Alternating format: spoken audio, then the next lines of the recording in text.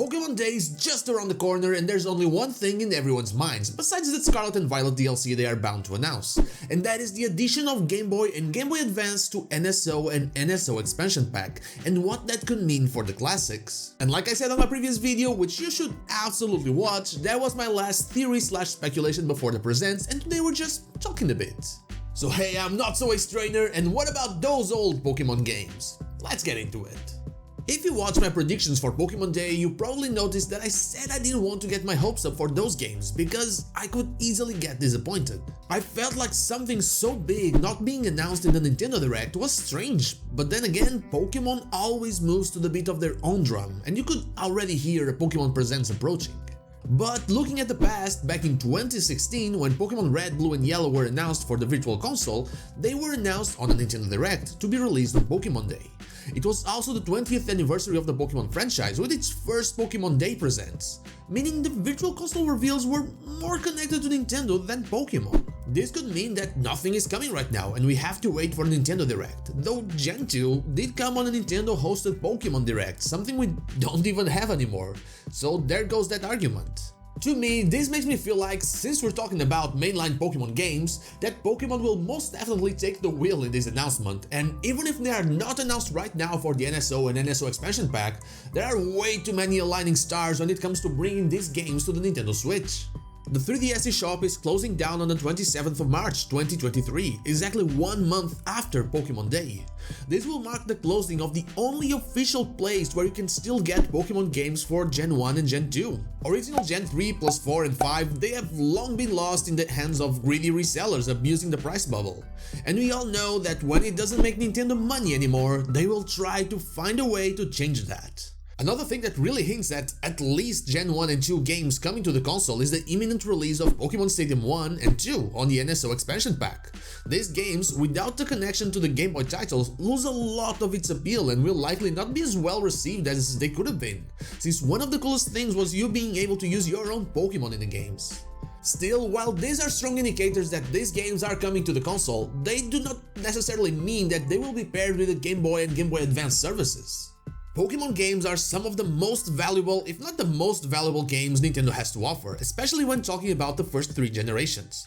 Those games are widely loved and represent a lot to a big share of people.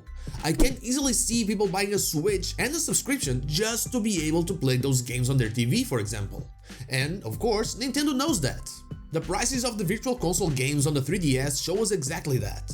While most games were in the $5.99–$4.99 range, Pokemon games were some of the few that cost $9.99, with the only other examples being Earthbound for the Super Nintendo.